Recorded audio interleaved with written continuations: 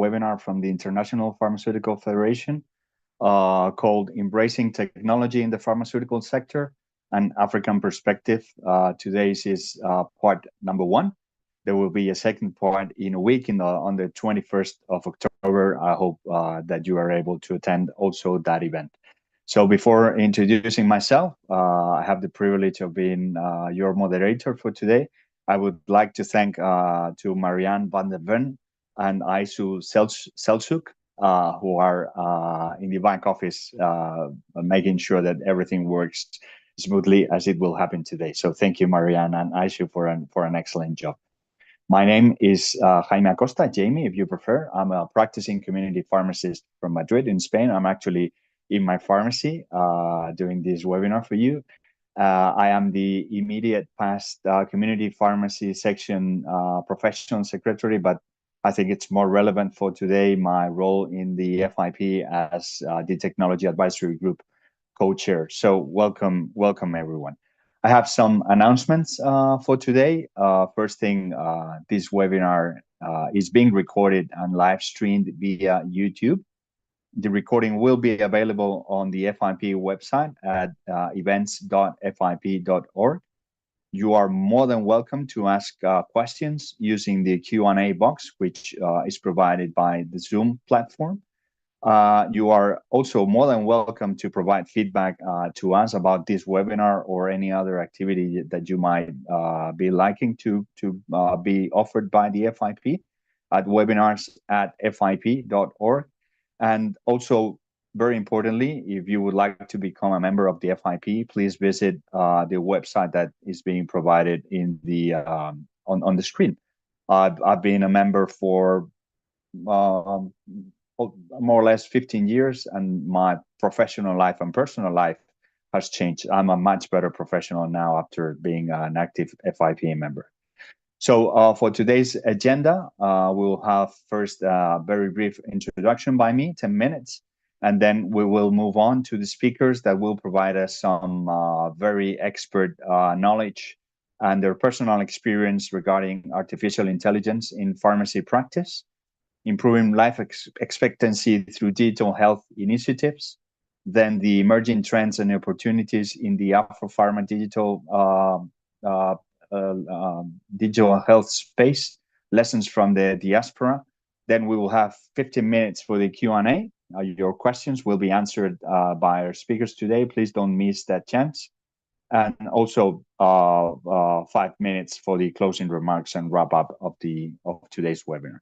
The learning objectives for today are to describe the digital solutions pharmacists in Africa have created in order to solve problems unique to the Africa setting, to demonstrate the extent of adoption of digital solutions within the pharmaceutical sector in Africa, to isolate the hurdles that pharmacists in Africa face when implementing and adopting digital solutions, and lastly, to identify collaboration opportunities for the FIP and the rest of the international community. Today's panelists, who I would like to give them a super big thank you from the FIP for taking some time of their very busy schedule.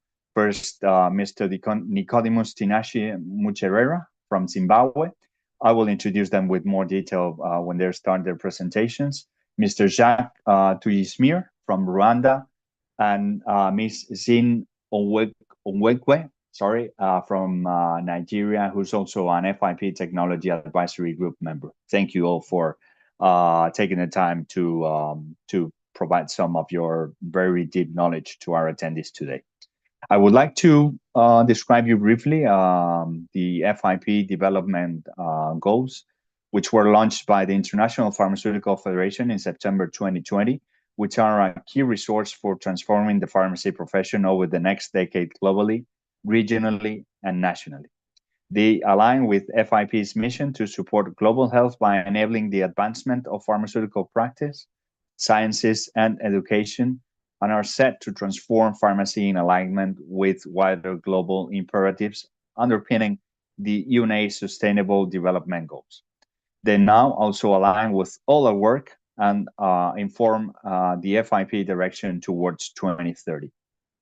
In the next slide, I would like to cover a little bit more about the FIP Development Goal 20, which is about digital health, which of course links strongly to today's event. Digital Health Development Goal 20 is made up of workforce, education, practice, and science elements. You have a brief description in the screen how each of these enablers work in the workforce and education, practice, and science. In the next slide, I would like to cover a little bit of the more of the FIP Development Goal 20, which enablers of digital transformation within the pharmacy workforce and effective processes to facilitate the development of a digitally literate pharmaceutical workforce. Systems and structures in place to develop and deliver quality digital health and pharmaceutical care services through digital literacy and utilization of technology and digital enablers.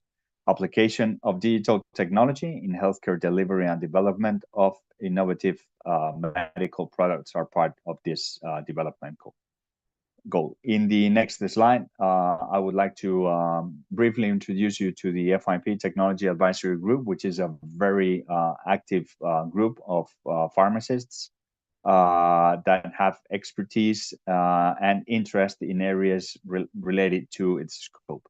It's very expertly led by Mr. Lars Åke Söderlund, and I try to support him and all the rest of the group as co-chair. And we meet bi-monthly to organize business plan and deliverables. Our focus areas in the next slide are the digital trends in pharmacy healthcare, the advancements and digital uses of medical devices and digital therapeutics. We discuss about market disruptors and their impact on patient care and pharmacy practice. Also, the use of technology to support pharmacy education, pharmacy practice, and pharmaceutical science. The impact of mobile health and wearable technology, standards, terminologies, and interoperability, which are very important in digital health. Health information technology, best practices, and standards. We share that information with the members. And the advancement and use of artificial intelligence systems in pharmacy and healthcare, which have exploded, especially in the last 2 years. We have also some resources for you that are available in the FIP website. The use of mobile health tools in pharmacy practice. Also a report about the digital health in pharmacy education. The online pharmacy operations and distribution of medicines, which is a report from the community pharmacy section. Also, how can digital health interventions support national pharmaceutical care delivery, and the advancements in digital pharmacy in the post-COVID-19 era. And there are many other resources available to you in the FIP website. Also, we have some webinars as we are having today. You have them at the FIP webpage too. And also the Pharmaceutical Care in Digital Revolution book, which is now on its second edition. You have a QR code there if interested. It's a very interesting book with a lot of knowledge, with many experts that put their expertise available to you. In the next slide, I would like to finally introduce our first speaker, Nicodemus Tinashe Musherera. Sorry for my, I'm sure it's not a good pronunciation. I'm very sorry, Nicodemus, from Zimbabwe. He's an early career pharmacist and the founder of Farm Drive Official, a youth-led initiative that focuses on advocacy, research, and innovation on emerging technologies in Zimbabwe. He is currently championing a Twitter space with an audience of more than 100 pharmacists that educates health professionals on digital health. Thank you very much, Nicodemus. The floor is yours. The audience is listening. Thank you. Okay, thank you very much for such a profound introduction. I want to thank the FIP Technology Advisory Group for this platform. I do not take it lightly. Since I have 20 minutes, let's delve right into the flesh. Welcome, everyone. So in the first slide, I would want to talk on the overview of artificial intelligence. So you realize that AI is an abbreviation of two phrases, that artificial and intelligence, made up of two words, that's artificial plus intelligence. So artificial resembles to, or rather the definition of artificial, it's made or produced to copy something natural. And then intelligence is the coordination of memory, learning, and reasoning, and in this particular case of humans. So in summary, what we can say is AI is the capacity of computers or machines to mimic human intelligence. We can move to the next slide, please. Then next slide, please. Okay, so in this slide, we want to describe the origins of artificial intelligence. So as mentioned earlier on, in the past 2 years, we have had an explosion of artificial intelligence. But I really wanted to understand the origins of artificial intelligence. So you realize that there was a man called Alan Turing. He was the first person to relate computers to intelligence. So in 1942, during the World War II, he managed to break the German alpha code. So you realize what was happening was during war, people definitely want to have communication which is encrypted. So what Alan Turing did was he ran a program and managed to decode the communication that was being done by the Germans. And that is what possibly spared the end of the war. Like it increased it rather shortened the time of the war, because he managed now to understand the communication that was happening between the German. We can move to the next slide. So now, since this had happened, this is a round effect now about artificial intelligence. Let's think about it. So if in 1942, Alan Turing could yield the first systematic method to break the code, that's about 83 years ago, using a simple computer, which we now have as a more complicated one, following a set of instructions, which is what we call a program in computer science, to perform different tasks. Then how old is artificial intelligence? So you realize that artificial intelligence is not something new. It has always been there. But however, it has had different peaks and different laws, right? So you realize that it is there are certain times, even in the 1950s, 1920s, where we have had AI even, being as famous as it is now, but due to different, conditions that will be prevailing around that time, it has had different peaks at some point in time, and also having, its downs as well. So what we can conclude that now is artificial intelligence is not something new. It has always been there, but now what we're trying to do is to explore the abilities of AI. We can also move to the next slide. So now we want to delve into, this is now my personal definition of artificial intelligence. So you realize that artificial intelligence, from my definition, these are technologies that enable machines, or rather computers, to perform tasks typically requiring human intelligence, like we've mentioned earlier on, such as understanding language, recognizing patterns, and also making decisions. Next slide, please. So AI is made up of two components, right? But this is one of the, so, in trying to do much of my research, I realized that one of the greatest challenges that we have here in Africa is that we do not store our data, right? You find out that in some African countries, there are people who are still, writing labels for medications. There are people who are still doing paper-based systems. So it's very hard now for us to, implement, or rather use artificial intelligence, because much of what we do, we have got bulk papers. So it's very hard for us now to run, our data in an AI algorithm or in an AI system so that we can get results. So one of the greatest challenges is that we do not have data. So we do not have the data to analyze, yet data is the fuel for AI. So I think I just had to mention this so that at least we can get clarity on how things work. So now we move to the components of artificial intelligence. So artificial intelligence is made up of two or more components. So here I just thought of, talking about two. First one being machine learning, and the other one being natural language processing. So with machine learning, these are algorithms that improve machines or system to learn and improve automatically through experience. So based on the experience that these machines or systems are going through, they help to automatically enhance their learning and their experience. And then with natural language processing, it enables machines the ability to interpret, manipulate, comprehend, and respond to human language.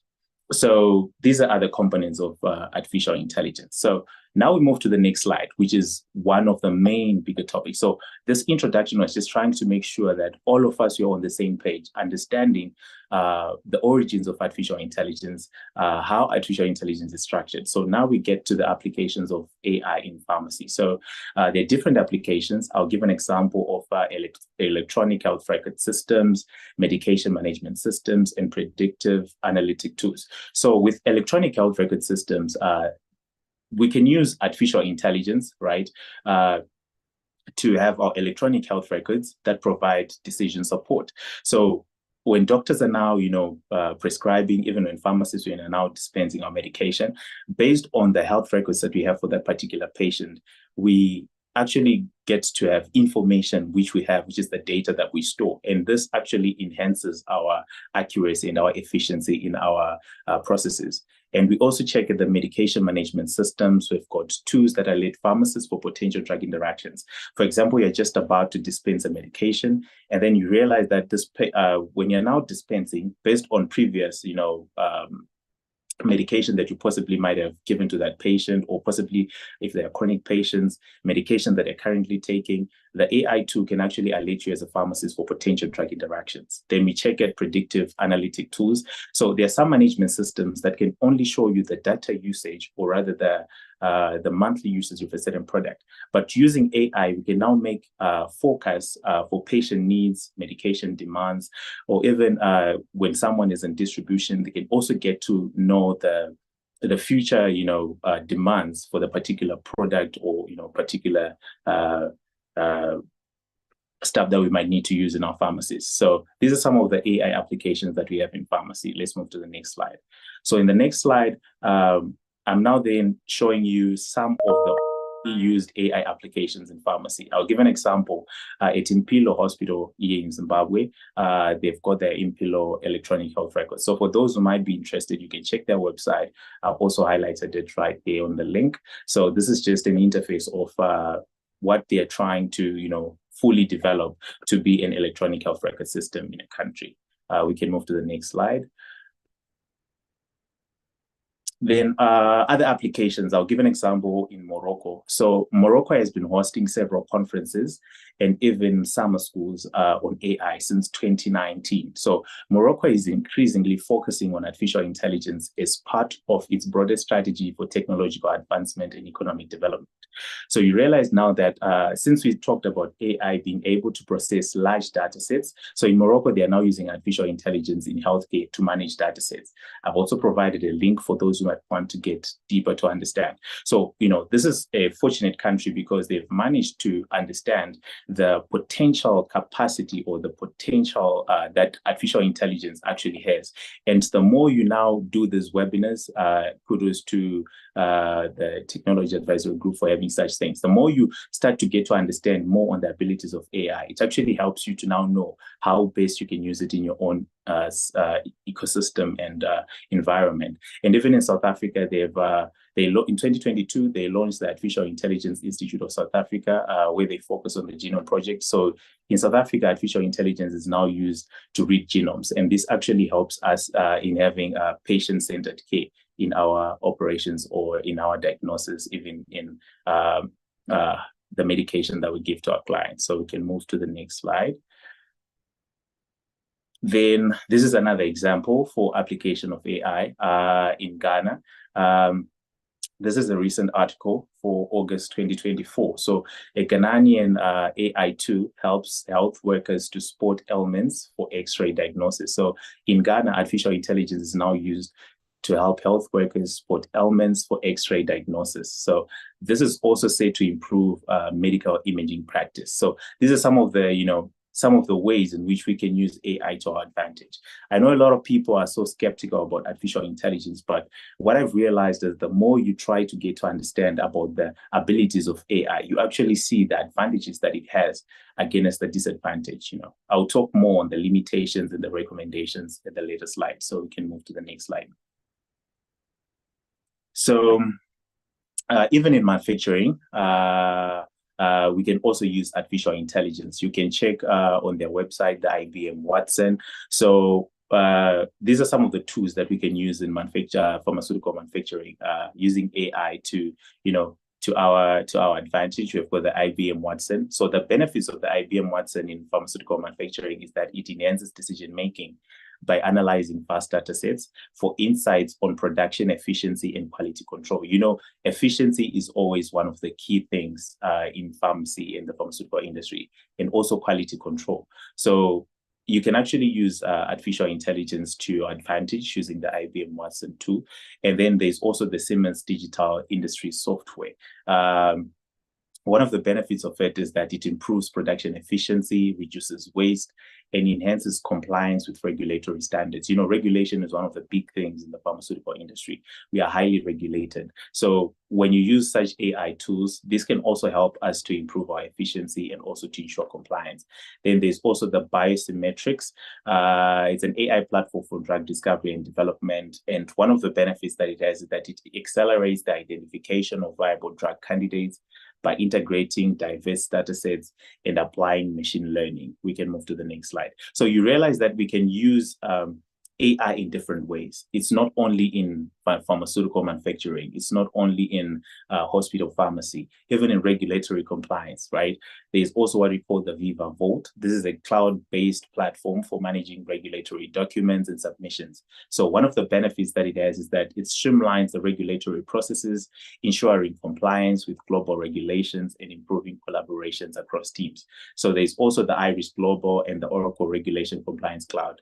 For those who might be more interested in regulation, you can check on their websites. There's more detail about it. So now, because of our time, now I'm just trying to give you a whole picture that we can even use AI to our advantage in the different branches of pharmacy that we have. We can move to the next slide.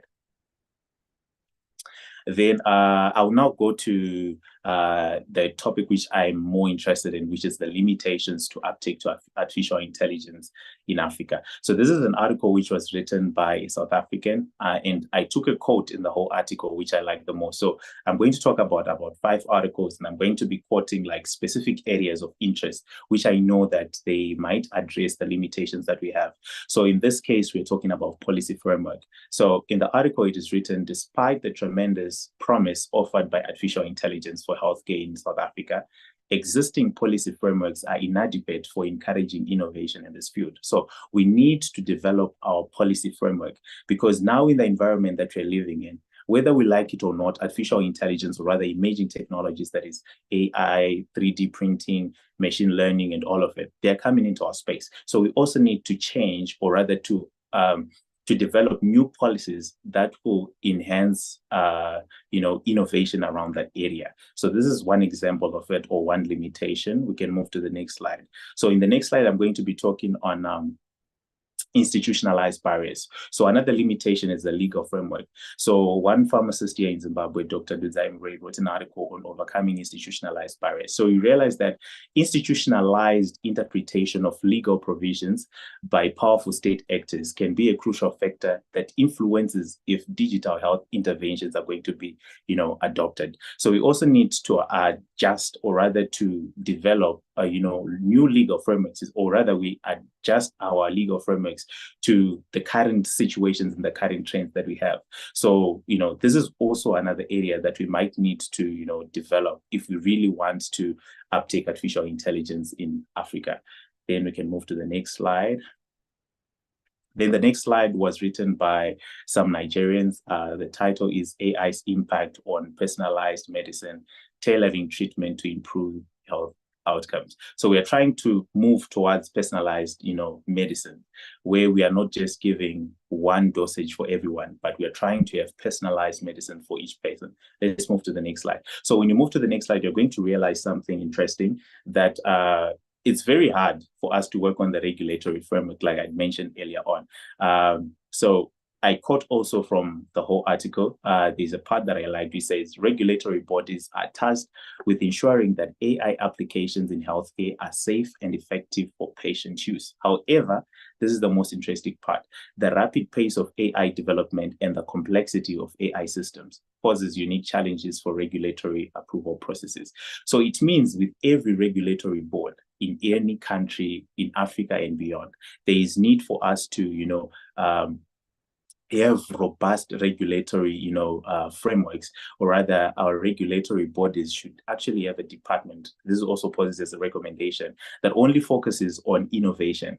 Like, for example, I'll give an example. FIP is, a whole big, organization as it is. It actually has got a technology advisory group, which only focuses on technological innovations. I feel like that is something that we can also use in here as Africa if we really want to get to the maximum full capacity of us embracing emerging technologies in Africa. We can move to the next slide.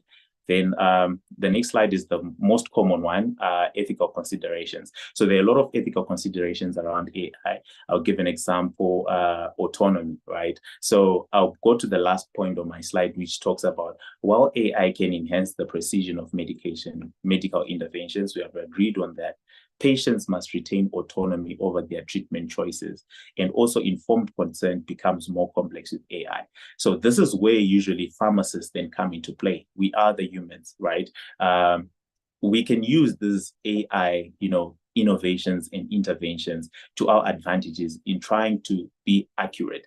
But then we are the ones now who then determine autonomy and informed consent of the client. So these AI models, I've always had discussions with a lot of people where they say, what if these AI models or AI tools take our jobs? I feel like no matter how we are going to be interacting with them, there's always a point where we'll need a human being who can interact with another human being so that they can get to a point of understanding. So ethical consideration is another limitation, but we as pharmacists can work together in making sure that we retain autonomy as well as consent as well as trust among our clients. We can move to the next slide. Then on the next slide, these are some of the limitations, like, for example, infrastructure issues. We've got limited internet access and unreliable power supply.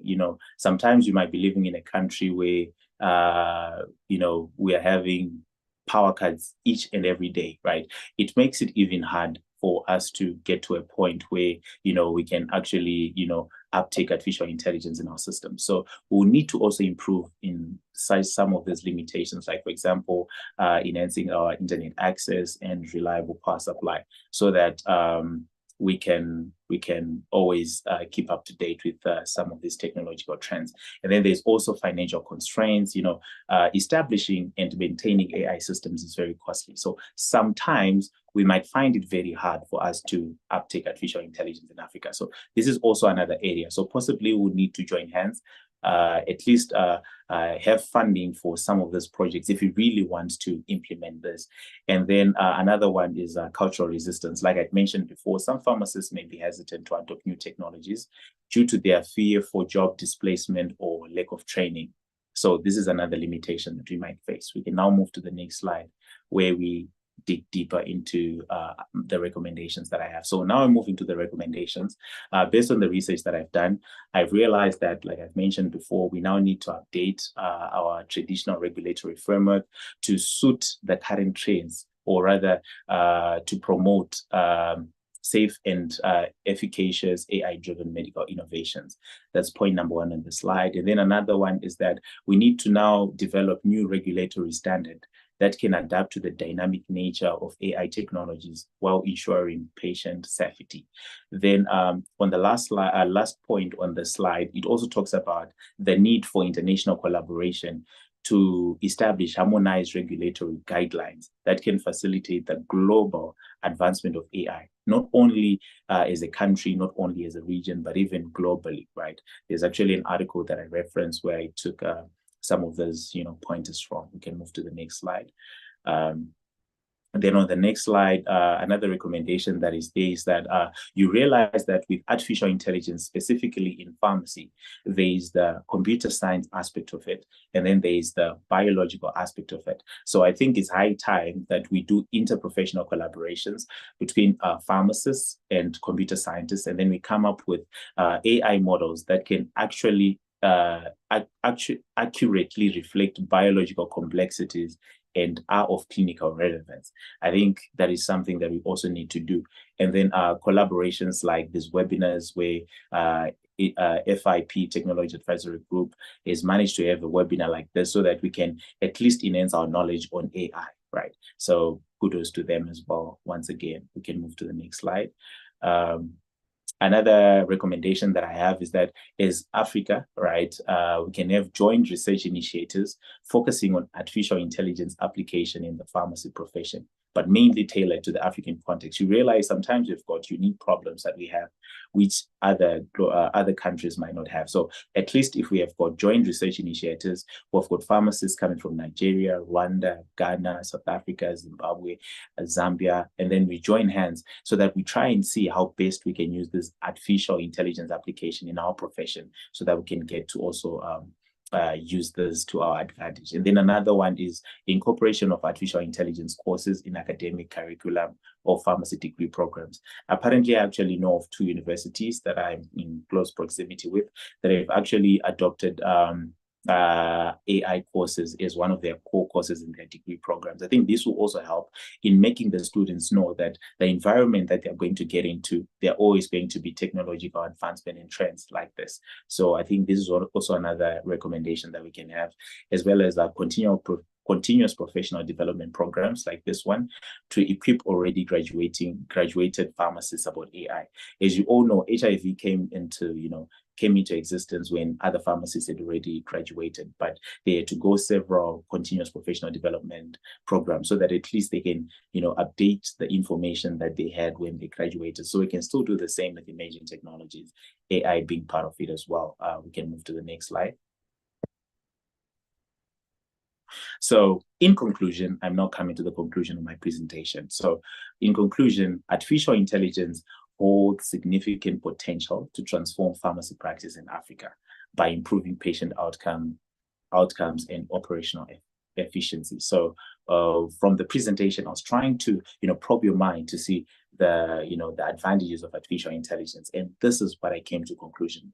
So what is the call to action in this whole discussion that we've had of embracing artificial intelligence in Africa? We now encourage pharmacists to explore AI technologies and advocate for supportive policies in their regions. So I think that is also what we do as PharmDrive. We are trying to advocate for the use of AI in different African regions, and also to probe for the supportive policies that will enhance AI uptake in our different regions. So we can now move to the next slide, which shows you some of the references that I used. Those are mainly the 4 articles that I used when I was doing my presentation. And then we can move to the next slide, where I'll tell you about the quote of the day. So if we as pharmacists really want to change, right? Barack Obama is my role model. He said, change will not come if you wait for some other person or some other time. So myself and you included, we are the ones we've been waiting for. We are the change that we seek. So if we really want to see the change, let's be the champions of this change, right? Let's be the trailblazers of the change that we want to see. If we don't take this lead, then definitely another computer scientist will come up and to definitely come up with an innovative way, which we possibly might not agree with, but because of the aggressiveness of the environment that we live in, we might not have control over it. So it's high time that we come up with policies, regulations, and different frameworks that can promote artificial intelligence in pharmacy practice. So with this, I end my presentation. Thank you very much for everyone who managed to attend, and over to you, sir. Thank you. Thank you, Nicodemus, for a very informative and inspiring presentation. FIP offers its members with a free course about digital health. It's focused on academicians. It's developed by the Technology Advisory Group, Academic Pharmacy Section, and the Community Pharmacy Section. But there's Module 1, which offers a lot of information about digital health in a technical way. The other 2 modules are directed to academicians and pharmacy teachers, but it's a very good source of knowledge. And also, while you were talking, I was thinking that we really need to be updated on the knowledge of digital health as clinicians. Just as with any other medicine that we are dispensing, we really need not to see technology as a black box, because the well-being of our patients is at stake. Are already using artificial intelligence tools, and it's up to us as pharmacists to provide them with the knowledge that they need. And in that sense, we need to know first how these tools work, the flaws that can come with it, and also the potential benefits that they can bring. So Nicodemus, thank you very much for an excellent presentation. It's time now to present our next speaker, Jacques Tuyishimire. Apologies again for my very bad pronunciation, from Rwanda. He's the founder of HealthFlix Rwanda, a digital health platform-based startup with a vision to become the most reliable, user-friendly digital platform in accessing personalized health information and health promotion services in Rwanda and the region. HealthFlix Rwanda is registered under the Rwanda Development Board. He's a board member of the National Pharmacy Council and as MSc candidate in procurement and supply chain management at the University of Kigali. He is also a registered pharmacist in Rwanda since 2016. Thank you, Jacques, for being with us today. The floor is yours.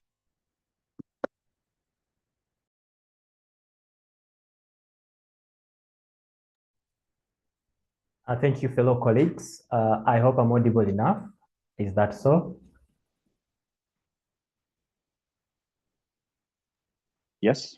All right. Thank you for having me. And first of all, I thank the management of FIP, especially the advisory group, for this invitation and platform as well to share with my colleagues.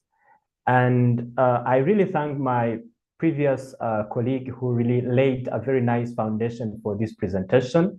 And on the previous slide, whereby the theme is how we can use digital health solutions to improve life expectancy.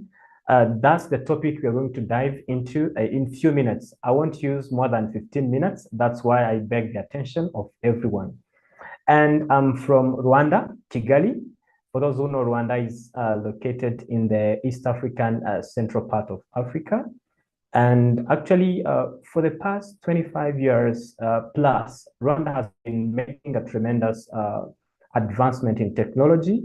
And I would say that the pharmaceutical sector was not left behind, whereby we have set up the Rwanda Food and Drug Authority. We also have the National Pharmacy Council.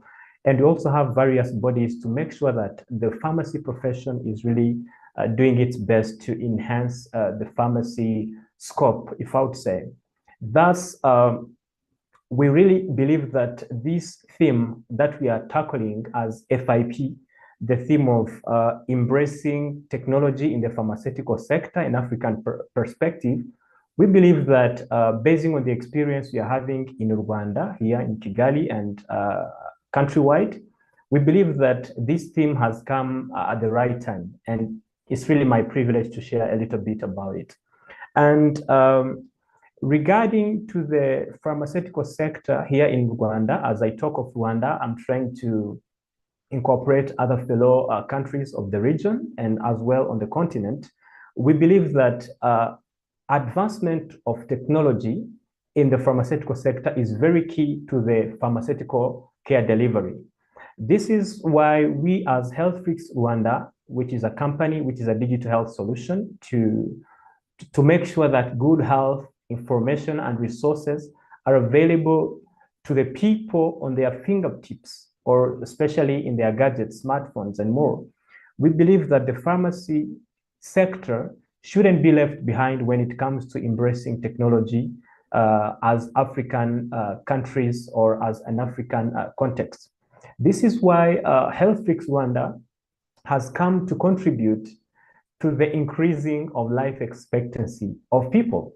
This might sound as if it's something that is not practically possible, but through this presentation, you realize that embracing technology can really improve people's lives, especially in making sure that people live healthy lives and are really having healthy lifestyles that enable them to really live healthier. So my contents are brief. I'll talk about the problem that HealthFlix Rwanda has come to solve. And as well, I'll explain how we can improve people's life expectancy. If people are living up to 70, why can't they live up to 90 or more? we'll see how the digital health solutions can really make a big role. I'll briefly talk about HealthFix Rwanda, how it operates, the concept model and the benefits, but as well the challenges faced in embracing technology in the pharmaceutical sector. But as well, I talk about the opportunities for the Federal International Federation for Pharmacists worldwide, how we can enter a framework of cooperation to boost this embracing of technology in the pharmaceutical sector, not just in Rwanda, but as well across the globe. On the next slide, I give a brief scenario of someone called Maria. I only have 8 slides as it's visible. Someone called Maria is in her 30s, and she has been recently having continuous headaches, and she tried to get some painkillers at the nearest pharmacy. We know that pharmacists are the primary contact of, whoever that needs healthcare. However, this headache did not really stop. And surprisingly, when Maria was moving from her sofa while heading to the washroom, she had a kind of seizure, kind of convulsion, to the extent that she fell down. The husband rushed her to the hospital, only to realize that really Maria was having for the first time a sign of blood pressure. Now let's think about this scenario. What would happen if Maria had a way to know what really was going on? By the way, what if Maria could have died at such an early age of 30? Now, HealthFix came in as a solution to this problem by asking ourselves, what if Maria had an easy way of knowing her blood pressure status just 2 weeks prior to that incident? It's really possible. That's why HealthFix Rwanda came in as a digital health technology solution, whereby so many Marias, by Marias I mean the general population of nowadays, may come to know their non-communicable diseases status simply because they have information on their gadgets. And by the lack of that digital health information, so many Marias may find themselves in life-threatening scenarios that can even take away their lives. This is why HealthFix Rwanda, we believe that through making sure that people get personalized health information to their gadgets, to their smartphones, to their fingertips, they can really take proper decisions. They can make informed decisions before they find themselves in life-threatening scenarios that are due to not having personalized health information. On the next slide, I try to explain more about this. When we talk of improving life expectancy, we believe that with close monitoring of major life-threatening health conditions of oneself, suppose someone is having high blood pressure and they don't even know it. I believe by knowing one's health status regarding the NCD's risk factors, I believe people can take measures that increase or that lengthen their lifespan. This is where HealthFix Rwanda comes in as a solution, as a platform that aims to help people have a close monitoring of various NCD's risk factors, namely blood glucose, blood pressure, body mass index, at their fingertips. These are not sophisticated technologies. They are technologies that everyone can really access, even people in remote areas, as long as they have gadgets like smartphones. So HealthFix will help people to have timely, personalized data about their NCD's risk factors, and then take appropriate measure. On the next slide, I try to explain the concept or the model. As I talk of HealthFix Rwanda, I will talk of the concept model. HealthFix Rwanda was established in September 2023. I'm the founder alongside my colleagues, and our vision is to become the most reliable, user-friendly digital platform in accessing personalized health information and resources in Rwanda, but as well in the region as well, for those who would love to emulate our concept. On the next slide, the way that HealthFix Rwanda really will operate or is currently operating is through a digital space. You can browse it, www.healthfix.rw, and the resources to find there are personalized health information and more. This is not fiction. On the next slide, I'll show how this concept can really be brought in the context of everyone. The way it operates, we wish that through trained healthcare professionals, mainly pharmacists, This is an opportunity for pharmacists because we believe that pharmacists are skilled enough to bring to the table these digital health solutions to everyone, not someone else, but pharmacists. Beneficiaries are our fellow Rwandese, aged 18 plus for the sake of data protection. Our partners include public and private health institutions in Rwanda. We rely on the funding, sponsorships, and service fees. And the benefits, as I highlighted prior to this slide, are accessing a seamless personal health, I would say, system.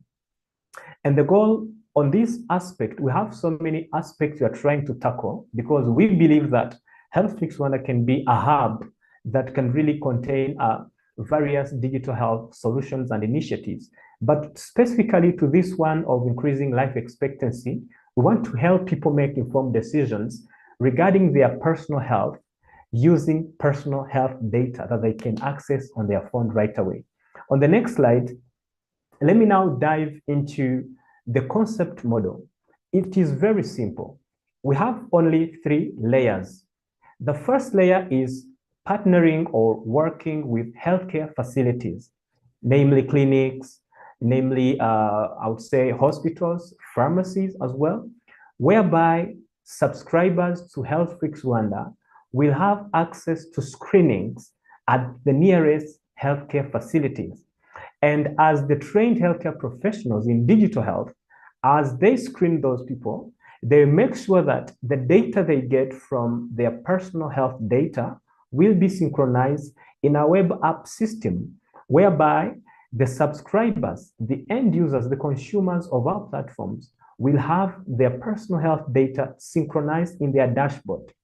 Not just that, but as well, healthcare facilities will have their own dashboards where they can really see and really monitor all the data of the patients or the users received, or anything that can really be of good use in our system. And above everything else, we'll have a synchronized system managed by HealthFix Rwanda, whereby we can make, I would say, a consolidation of all the data from the primary contacts, the healthcare facilities that do the screening, plus the information that are in the system, in the dashboards. But as well, we will try to make sure that people do not just get the screening, not just the data on their devices, but as well, they will receive constant reminders about the measures to take regarding their health, based on the data provided in the system. Not just that, we'll make sure that whatever that people need, the users, the subscribers need in terms of their personal health, we can be the direct digital contact at their reach. On the next slide, I'll try to highlight on the next slide the benefits of accessing this web app, HealthFix Rwanda. One of the many benefits include the timely access of personalized health information. If people have the personalized health information on their data on a regular basis in a seamless way, they'll be able to make informed decisions regarding their personal health, be it maybe taking measures like having, physical activities, limiting their alcohol consumption, maybe stop smoking, maybe having diets that are, healthy, for the sake of, making sure that their data now will give, I would say, a very clear picture on how they are improving their lives. We'll also have minimized risks associated with NCDs, non-communicable diseases. With these 3 factors, we believe that the life expectancy of people will be increased because life-threatening scenarios will not happen. And as well, we'll try to improve or promote the healthy lifestyle of people. People nowadays are living a lifestyle that is not really healthy, which is actually the major cause for NCDs. But as well, we make sure that we have a 24/7 toll-free for health-related inquiries. But as well, we'll make sure that we incorporate health-related reminders to anyone that are automated. These are technologies that are available in our country, but people are not really leveraging those technologies to improve their health. This is why HealthFix Rwanda came in as a solution. And as we talk of HealthFix Rwanda, we mean all other available digital health initiatives. Now, on the next slide, which is actually the pre-last slide, there are some challenges in embracing technology within the pharmacy sector. The first and foremost is about the limited digital literacy of users, including healthcare professionals. It is somehow visible, or it is somehow something that you can see that among the healthcare professionals that we have currently, some are kind of being reluctant to embrace digitalization, to embrace digital literacy, to embrace digital health solutions. Maybe because we come from different generations. Prior generations didn't really have much of technology, and some people to embrace technology in the pharmaceutical sector, they might really be reluctant. Maybe some of them do not really see the importance of that, but we are here to promote this technology advancement in the pharmaceutical sector. But as well, we have limited investors in digital health technologies. This is where I can appeal FIP and many more other partners to make sure that they are partnering or they are setting up a policy framework with all existing bodies in the pharmacy sector to make sure that digital technology advancement are really advocated for. But as well, there are few academic trainings that focus on digital literacy. Let's pick an example of the pharmacy program. How many pharmacy programs in Africa that have a module or a course of digital health, maybe technologies? Few of them have. But if we incorporate these digital health solutions, this digital literacy into the curriculum, I believe this will really be a great milestone. But as well, the PPP, the public-private partnerships, they really need reinforcement. Now, on the last slide, as I conclude, as I promised to use very limited time to give more space, let me conclude by revealing some opportunities that are available within the pharmacy sector, specifically in Rwanda, but as well, I believe, across the region and the globe. We have internet accessibility and affordability in Rwanda.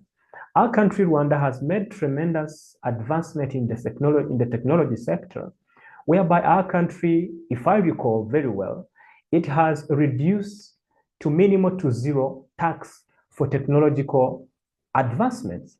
If you have an idea, if you have an investment you would love to make in technology, there is an easy access and affordability. But as well, digital solutions are emerging in filling the gaps within the systems. I'm not here to advocate for Zipline, but Zipline is one of the newest technology of delivering health commodities using drones. This is an advancement that has been the first and foremost in Africa, whereby Zipline is one of the many technologies available in Rwanda. So we believe by emulating such technologies, I believe embracing technology in the pharmacy sector will really be something possible. As well, the access to e-learning connects professionals in finding digital solutions. Platforms such as this, FIP digital events, but not just FIP digital events. I believe through the pharmacy council, through the pharmacy societies, through the pharmaceutical bodies existing, people can incorporate the e-learning, I believe the e-learning platforms, where these pharmacists, where these healthcare professionals can really be able to access these news, these trending news, be it artificial intelligence, be it even more other upcoming technologies. We also believe that platforms that aim at good health promotion, like HealthFix Rwanda, they are great channels of sensitizing and incorporating health technologies into the general population. As I close, I thank the FIP and especially the advisory group for this platform. And I believe by visiting our website, as mentioned on the next slide, HealthFix, the next slide, please. I already made a conclusion. The next slide shows the platform healthfreak.rw, where people can visit and really partner with us along this way of embracing technology in the pharmaceutical sector through the African perspective. Thank you very much. Over to you, Jen. Thank you, Jacques, for also a very inspiring presentation. By the way, we will have Zipline in our next webinar in a week. So if you're interested, please try to tune in with us. So I also liked your approach to trying to improve health lifestyles, which are definitely very, very difficult to change. And we might have some questions at the end from our audience. Thank you so much, Jacques. So we move on now to introduce our last but definitely not least speaker, Ms. Yassine Onwekwe. Thank you so very much, Yassine. She's a fellow colleague, a very esteemed colleague in the FIP, and she's very active in the technology advisory group. She's a digital health pharmacist with industry specialization in data analytics, which was said it's a very important topic in digital health, clinical informatics, and project management. With over 10 years international experience, Yassine has spearheaded preventive healthcare, vaccination, epidemiology, and supply chain high-value programs across Africa. She is the founder of the BC Health Tech Hub, an online community for healthcare professionals to gain hands-on skills in emerging digital health technologies. Thank you, Yassine, for taking the time for being with us today. Thank you so much. The floor is yours. You're welcome. Thank you so much, everybody. So I'm going to start with the presentation right away. So my presentation is on, I just want us to have a conversation and think from the global south, from the global north to the global south. There are a couple of things we can learn from each other. And I just want us to have that conversation around. We've had the first two speakers talk about all the beautiful things about AI and the beautiful things that are happening in Rwanda. And I know we're not right there, and digital transformation drives development. There are a lot of things that we also can leverage in Africa, but we can't deny the fact that our brothers and sisters in the global north have gone ahead of us, and there are a couple of things we can also leverage on the things they've done to bring down to our continent to further improve what we've done. And that's a conversation we're going to be having here today. And so I want us to open our minds and think about where you are today in the space you are as a pharmacist or whatever profession you are in the healthcare system. What can you pick from this conversation we're going to have today and improve in what you're doing? So let's get to it. Digital transformation drives development, and why is that? So let's get back to the beginning, looking at internet, which is what's the backbone of everything. We're talking about AI, we're talking about the websites, the digital, everything we're doing. We can see that there's been an increase in broadband internet access between 2019 and 2022 in Africa, which is something great. The 115% increase from 2016 to 2021 in sub-Saharan Africa. So this shows that there's a lot of digital transformation going on, and this is a background for us to do a lot of amazing things with this. People having more internet access, which means that more development can happen in far-reaching areas and areas that didn't have internet connection before. Next slide, please. So, yeah, thank you. So looking at the opportunities that lie, like I said, we are not at ground zero. We are very much advanced in Africa. So looking at that conversation, like I said before, so there's rapid mobile phone penetration. So across Africa, we have mobile penetration averaging about 84% across the continent, which is something really high. Yeah, we may not have the internet connection at a very high percentage yet, but phones are available. And so SMS-based platforms can reach a lot of people. So that's an opportunity. And it's beyond doubt that we have the youngest population demographic in the world. And by 2030, 42% of the global youth will be in Africa. And that's an amazing thing. And the good thing is that these are tech-savvy people. So we're going to have the most tech-savvy population in the on the globe. And if we can leverage on that opportunity, that's something amazing for Africa. And we already have existing digital health initiatives. This morning alone, we've heard a lot of things from Rwanda to Nigeria to South Africa. So we're not there are existing initiatives that are happening. So mHealth initiatives, already EHRs, more than 24 countries have existing EHR platforms. So that's something we can also leverage on. And they're growing public-private partnerships, which is what I always encourage. So we have Zipline, which we said we're going to come on the next webinar. Please join in for that. It's an amazing initiative that has come up in Africa, in Rwanda and Ghana. And then we have the Kenyan Health Information System, which is also a benefit of the PPP. Next slide, please. So these are opportunities you can all leverage on. So some insights and lessons that we can now bring in from outside. Like I said, we're not at ground zero, but there are things we can improve on, leverage on this, our pluses to get to, maybe we say, let's just say we are 50.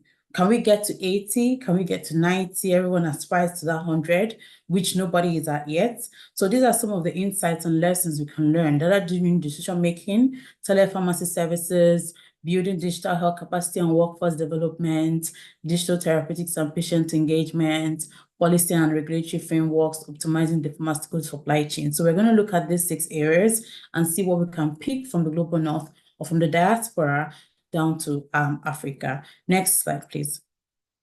And I say this because I have a foot in both sides of this conversation. I've worked across Africa for a long time, and I also have a foot in the global north. So I see this firsthand from each of these areas. So it's not just speaking from, oh, I think, but seeing this firsthand happening. So from the global north, we can see there's an integration between the pharmacy management systems. It's not 100% yet, but you see the integration between the pharmacy management system and integrated electronic health integration. Yes, data is always a problem. People having that, it's not easy to share data. It's a problem everywhere, but where data has been shared and having that integration makes things seamless, especially in the pharmaceutical sector. So we have real-time inventory and patient data access. Having that seamless flow makes for more accurate drug dispensing, improved inventory management, and more seamless workflow between patient providers and pharmacy. And who benefits? The patients. So everything is because of the patient. And there are examples of where this has happened. McKesson, Outfit and Cardinal Health. So they both used predictive analysis to help systems during drug profitability, identify drug profitability. And then for Cardinal Health, the Interlocks Logics platform is the first proactive pharmaceutical supply chain solution for hospitals. And these are, even in the global north, this is something that is coming up. And as we are seeing EHRs being rolled out in Africa, next slide, please, we can try to see how we can adapt to include pharmacy data, enabling hospitals and pharmacies to track medication stock levels, patient adherence to treatment regimens, and potential drug interactions. So if you look at this map, so the 3 big EHR systems in Africa is the DHIS2, we know of that, OpenMRS and BAMI. So you can see the map where each of them really is, or how they cover, and DHR is almost everywhere. DHIS2, sorry, is almost everywhere. And you have the others also gaining traction. So if we can see how we can integrate, so it's not just copying what's there, but looking at, okay, what's there, how can we adopt it? Because our systems are different. We have peculiarities that are not the same as what's in the global north, but they've done something beautiful as integrating pharmaceutical management systems and EHR. So how can we use the functionalities of the EHRs that we have to include pharmacy things that have to do with the pharmaceutical sector in those EHRs? How do you bring in supply chain? How do you track our medication stock levels? And if you can bring in a cloud-based rural-urban pharmacy linkage, that would be amazing, because then you can have here being in the now we can leverage, this is leveraging on the fact that we have more of penetration. Like we started with the topic, the conversation with saying that we have more internet access now. So if we have more internet access and we can bring in cloud-based rural-urban pharmacy linkage, then you can stay in the city and be able to track what's happening down in the rural areas. Next slide, please. Now, the second thing we're going to talk about is the digital tools for patient engagement. So we all wear Fitbits. We all have the monitors. We all have a whole lot of things that we use to track our health. So what do we do? In the other parts of the world, these things, their whole programs built around this. And mobile apps aren't new. In fact, that's how many startups are based on mobile apps in Africa. So in their programs in the global north, definitely. But how can we leverage this and how can we make it our own or adapt it to our situation in the global south, leveraging on what we know that's happening in the global north. They've advanced, they're more advanced mobile apps.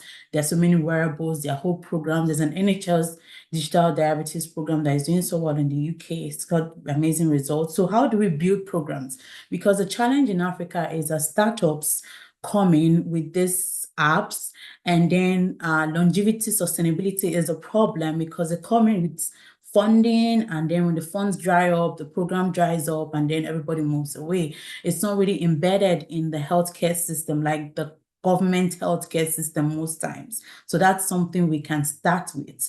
So leverage mobile penetration, definitely. So try with SMS-based systems as well. Let's start with low-hanging fruits. If we can't do the mobile web-based, we can start with SMS-based systems where you can use USSD to reach people, like what's done with Medic Mobile or Rapid SMS. More people can start with that. Try to embed with the government systems, because you cannot just work in isolation. Things die off, the sustainability isn't there. So we can, like the recommendation is just to leverage on that and then build sustainability models, and also make sure that you have the patient first. So mobile first apps for chronic disease management and building a whole system around that rather than just operating in isolation. Next slide, please. Yeah, telepharmacy services in rural areas. So, for example, in Canada is very big, and then there are many rural areas, the north, where you have the snow and people don't really aren't there, and health services are not as plenty as it is in the other parts of the country. So they have very established telepharmacy systems. There is digital e-prescriptions everywhere. So that's just an example, and that's something we can bring down to Africa. I know some M-Pharma is doing that, Zendawa is doing that, so we can have more options and more opportunities and more people getting into this area. So rural access to pharmacies, that's what that can do for us, and mobile platforms for consultations in the rural areas. And we can also work with community healthcare workers. In Tanzania, community healthcare workers have tablets. So that's that interprofessional collaboration that one of my colleagues talked about earlier in the presentation. So where we can leverage on what other professionals are doing. So if these community healthcare workers have tablets as they use for their data collection, what stops us from leveraging on that for telepharmacy services in the rural areas? So not just waiting for us to have our own devices as pharmacists, but leveraging on that to make sure that we can get these telepharmacy services. So you can do your refills, you can do your consultations with the pharmacy, so it doesn't have to go all the way down to the rural area. So that's how we can adapt these innovations that's happening in the global north down to Africa. Next slide, please. Yeah, implementing policies in Africa, which is the root cause of a lot of things, regulations, because you can talk about all these beautiful things, but once the policies and regulations are not there, it's difficult to sustain. So that's where we have it a bit shaky in Africa, because the EU, the US, they all have strong regulatory models. But we have a very, how fragmented we are in Africa. Even countries on their own individual countries lack digital health framework. So during COVID, almost every country came out with a digital health framework. But as the time went back, so it was 2019 to 2022, 2023, many of them were not implemented. After the time elapsed, they were not renewed. So if we can have those renewed and implemented, the pharmacy framework will be embedded in those, like things that have to do with pharmacy will be embedded in those digital health strategies. So if we can have a Pan-African regulation, even a regional like SADC or ECOWAS, it can help to have these regional regulations that guide what we do in this space. So Rwanda and South Africa started something, they have regulatory sandboxes, and then the African Medicine Agency can also come up with something, because already it's a body that is seen to regulatory affairs around drugs across the continent. So it's a suggestion to them, or something that they can also think of doing, of bringing in digital health regulations, excuse me, across Africa as what they're doing. Next slide, please. So this is what I was talking about. So these are not all the countries. So these are the countries that started with the digital health strategies in 2010. Some of them started as early as 2010. So you can see from 2018, 2019, during COVID period, funding was pushed into digital health, and because of the COVID-19, and a lot of them, you see by 2023, 2024, a lot of strategies are ending, and these are not, many of these were not implemented. Some will not be renewed. 2021, a lot cut off, and 2023, a lot are being cut off. So what's the conversation around renewing these? Were they implemented? So we have about, I think, just 4 or 5 countries that actually have active digital health strategies out of all we have. So a lot were developed, but not really implemented. And that's the challenge we have. The regulation is not there. So if we can do that, definitely. So that's something we can pick from the global north and implement down here in the south. Next slide, please. Yeah, digital health capacity building. So this is very passionate to me because this is what my organization does, is digital health capacity building. So digital health isn't new, but we are beginning to appreciate how much we can do with digital health capacity building. And digital health now is the new global health, like it's the face of global health right now. And there's a whole lot we can do around scaling capacity building in Africa. So there are so many training programs that have been properly developed in the UK, in the US, in Australia. Australia is really well advanced in digital health capacity building. That's a picture of the recently advertised online course for educators and practitioners by FIP. So what can we do in Africa? University collaborations, partnerships with NGOs and Google and Microsoft, partnerships with diaspora professionals for curriculum development, and of course, excuse me, always adapting to the African context. So that's the unique thing. So we cannot just copy and paste. We have to adapt to our African context because the systems they're using is different from the systems we're using down here. So that's the very unique thing about this capacity building thing. So that's why sometimes you do courses and you come back and you're like, I can't use these courses. It's not the same thing. So we need to make sure that these are adapted to what is applicable within the African context, because we're using DHIS too. They're using something else. So we have to teach based on what we're using here and what's obtainable here, definitely. Next slide, please. Yeah, and finally, supply chain optimization. So blockchain is coming up now. I see a lot of conversation around blockchain in Africa. RFID tracking has been there for a while. For counterfeit drug tracking. I remember back in the days in Nigeria, we used to track malaria drugs, counterfeit malaria drugs with RFID and blockchain. Then you send a USID code and check, oh, is this real or is this fake? And advanced analytics. So this helps to monitor the supply chain and the drug inventory. So this is what Pfizer and Merck use as well. So it's something that we can all scale up down here in Africa. Next slide, please. So that's what I was talking about. So some things. So if you see what happened in Rwanda and Ghana, they totally eliminated the drama with supply chain, the bad roads, the systematic challenges, and went straight to drone. And that's innovative.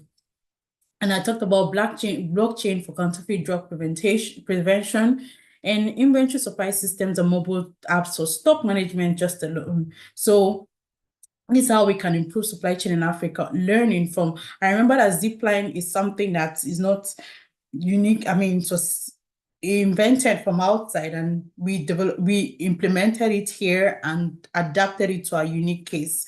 And that's how innovation really works. You pick something from somewhere, adapt it to your own situation. And that's what this whole conversation we're having today is about, not just copying and pasting, but adapting it to your own unique situation. You learn something from somewhere and make it your own. Next slide, please. And so some barriers we've noticed is that we have those infrastructural gaps. Yes, we have internet, but it's not everywhere yet.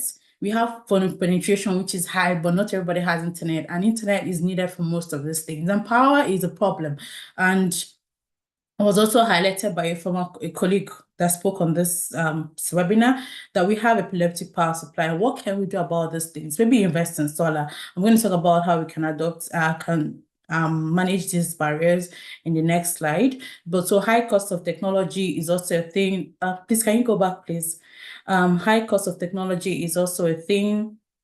Digital literacy and training gaps, definitely. If we are going to scale up, universities aren't teaching these things. So we have to see how we can, post-graduation, teach these things while we try to change curriculum. Curriculums are difficult to change, no matter how lofty we think, oh, we need to change the curriculum. They are very difficult to change. And so we need to start with the low-hanging fruit of when people graduate, what are the programs they can go into that are quick, tailor-made, adapted to the African context that they can do.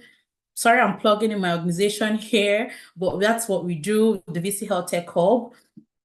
And there are so many other organizations as well. You Learn, so many NGOs across Africa do that. Quite a number of NGOs across Africa do that, tailored training for people in digital health. So just look out for them and get that training for yourself. You want to get into, at least understand what the digital health area is about and how it applies to what you're doing and how you can get into that space.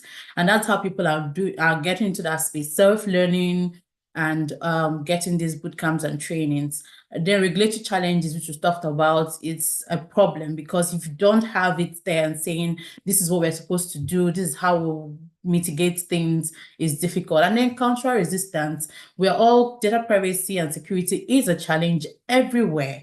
Unless you assure people that their data is going to be safe and let them understand why they even need to share their data and what benefits sharing their data is going to be for them, it's difficult for people to accept that is to share their data. Next slide, please.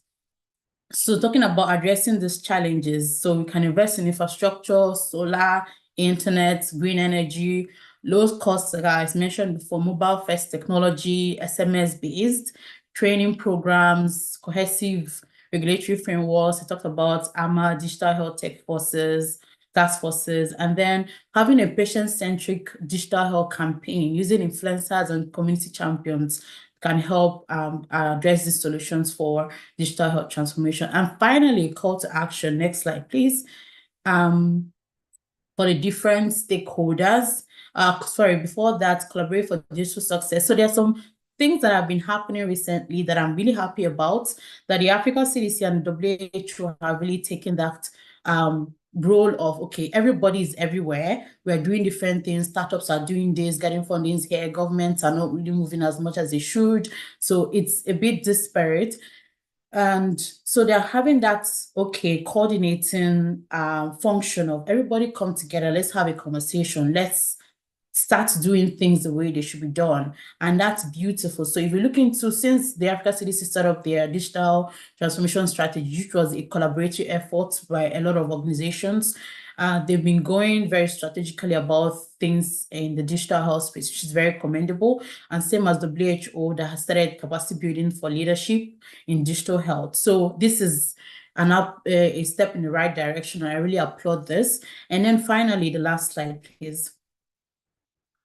We talk about the call to action before that, please. For African government is to invest in infrastructure and regulatory because it has to come from them.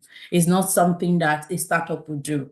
They have to regulate these things and develop the infrastructure that will bring that sustainability to this ecosystem, and the international community to create solutions that are affordable, scalable, and sustainable, not just come bring money, pilots, and then it doesn't scale and we move on to the next big thing. And to pharmacists, embrace digital tools. Whether you like it or not, you're going to have to use EHR tools at some point. You're going to do telepharmacy, e-prescription is going to come. We can't be left behind. So you have to embrace this. Seek out opportunities to build your digital health skills. Even if it's not taught in school, you have to go out there and look for it. Advocate for implementation in your health practice. So if you're a community pharmacist, a hospital pharmacist, it's going to make your life easier and keep you at par with your colleagues in the north so that you're not just still doing the usual old school things. step up to the next, this is the next step, and educate your patients about their benefits. Remember, this is all about the patients, and if they don't get on board, it's going to be difficult for you to really scale up and get to do what you want to do in the digital health space. And to tech innovators, design digital health technologies that are affordable, accessible, and easy to use for the African context, always for the context. Human-centered design has to be there. You cannot build something that is not for fit. It has to always be there. If not, it's going to fail. And design solutions that address the unique needs of African patients and the healthcare system. So this is where I'm going to stop. Like I said, think about this. Where does it pinch you, and where does the solution fit where it pinches you? So thank you very much for your time, and I hope to pick one or two things from this conversation we just had today. Over to you, Hermie. Thank you. Thank you, Zina, for an excellent presentation. I liked it very much. Well, while you were talking, I'm talking about the e-dispensing.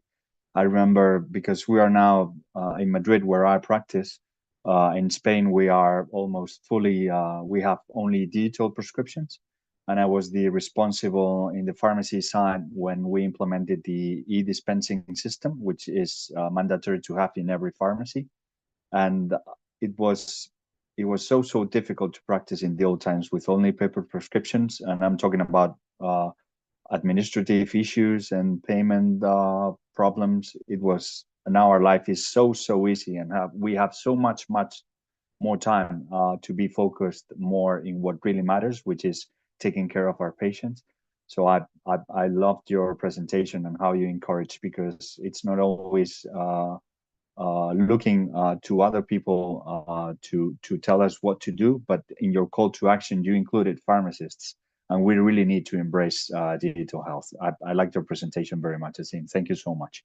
So it's time for the Q&A moment. So I would like to call the three speakers. Please open your cameras and your mics.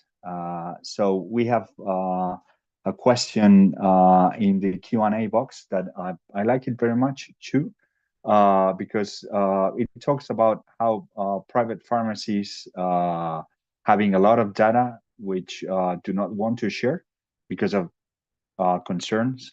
How can we integrate private pharmacies into a digital ecosystem? And it was also said in the three presentations that digital health tools need to have data to fuel them.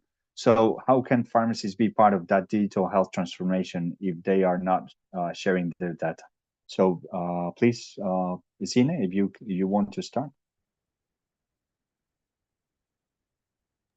Definitely, and this starts definitely with the patients, because they have to give consent for their data to be shared. And that starts with you giving them the reason and the benefit they start to gain from sharing their data. And if they don't see that benefits, it's difficult for them to give consent to share their data. And so if you have that conversation first, then we can see, because at the end of the day, it's what's the win for me, what's in it for me. If I share my data with you, how am I sure it's safe? How's it going to benefit me? What do I gain from it? And to what end is the whole thing?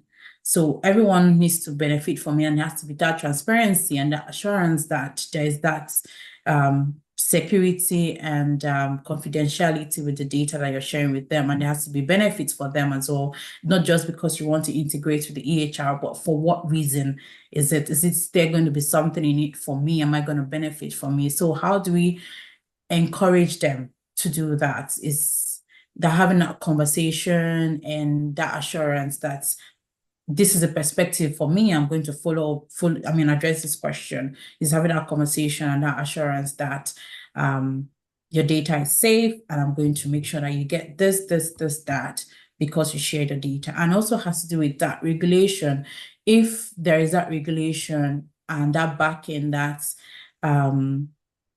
this data is going to be safe, if you integrate it to the EHR and it's government-based, not just some startup that wants to have your data integrated into their EHR, but this is from the government, it gives more assurance. And that's my two piece on this. Definitely, patients need to trust us when sharing their data, and we need to comply with every possible regulation. That's critical. So thank you, Zine. So maybe Jacques or Nico, if you want to share your insights about this, please, Jacques. Yeah, one just input that I would love to make is that as we carry out these digital health technologies, it's better that we think of data protection policy among the regulators and anybody that is related to the users, health data. So it starts with policies, plus now the framework of cooperation with regulators, including the licenses. Thank you. Thank you, Jacques. So Nicodemus, if you want to share your insights about this. Okay, yeah, I'll just want to agree with what the two speakers have just said. And if I'm correct, I'm sure most of these digital health systems have to go through a certain data protection audit before they are implemented or they're rolled out. So I also recommend that even as countries, as organizations, as institutions, let's try and have a data protection audit first before we roll out this emerging technology, so that at least we protect both the client and even us, the pharmacists, and even themselves. So yeah, thank you. Yes, definitely. But also, it doesn't need to be health data that pharmacies need to share. I had the opportunity of seeing some friends that are developing artificial intelligence solutions for pharmacies, and they are able to predict by using the data in our inventories and the dispensing, the data from our dispensing. They say that they are able to predict shortages 1 month in advance before they happen, which blows my mind. Of course, shortages are a global problem, and it was said also by all three of you, by using the data, we can make a better supply chain management, and in this sense, predicting shortages 1 month before they happen. So thank you. We have more questions coming. There was one question we was already answered by Nico in writing. Thank you so much. An anonymous attendee says that AA is the way to go, but how safe are we from the machine learning of AI when it comes to human health? What controls can we put for artificial intelligence tools? So if you want to comment on that. Okay, let me just comment on that one. So as I've highlighted in the Q&A section, I've highlighted that we've got different regulators that we already have. I'll give an example, the FDA. So it also it oversees AI tools to ensure if they are safe and if they are, effective for use by us, the users. And I've also highlighted in my presentation the need to improve our regulatory framework regionally and globally, so that we can at least try to have control over how it happens and how things are going to be working, as well as transparency, that the algorithms that we are going to be using should be explainable to understand the decisions, as well as the data privacy and data audits that I've just mentioned now. And most importantly, human oversight. To say clinicians, for example, us as pharmacists, should always be involved in the decision making, and not only to be dependent on the AI tool. So I think this is my answer for the question. I don't know if I managed to clarify. Yeah, perfectly. We need to be also, as pharmacists, co-designing these tools.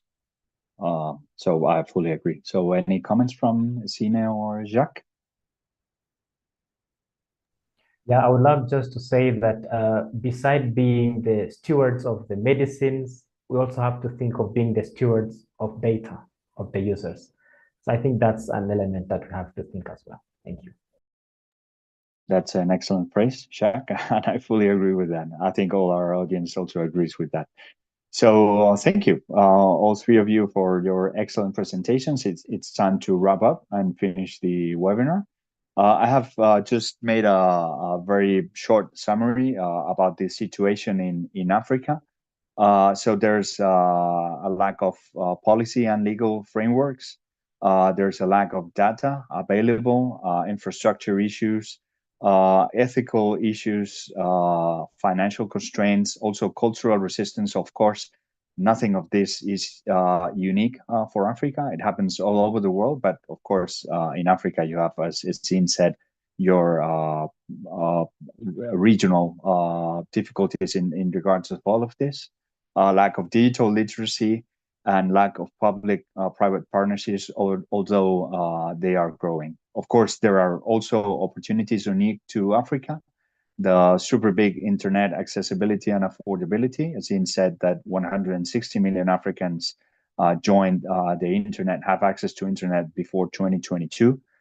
Digital solutions are already filling the gaps. It was mentioned also, for example, the example of Zipline. There are many opportunities of e-learning, and Africa has a very young and tech-savvy population, which is definitely an opportunity. So thank you for being with us today. I would like to finish this webinar just by reminding all the attendees about the next World Congress of Pharmacy, which will happen in Copenhagen from the 31st to the 31st of August to the 3rd of September. Pharmacy Forward, Performance, Collaboration, and Health Transformation. Also, a reminder about all the many events in the next slide that are available to you. The webinars at the events.fip.org. If you can move to the next slide. Thank you. So if you want to have a look at this webpage, there are a lot of resources and information available to you as pharmacists, and I'm super sure that you will find something that really is very enriching for your own personal situation. And last, a super big thank you for attending this webinar. All of you who are very busy on our daily work life, and especially our excellent three speakers that we had today, that again, I would like to give them a super big applause just to close the meeting. Thank you so much, all of you. Have a good day.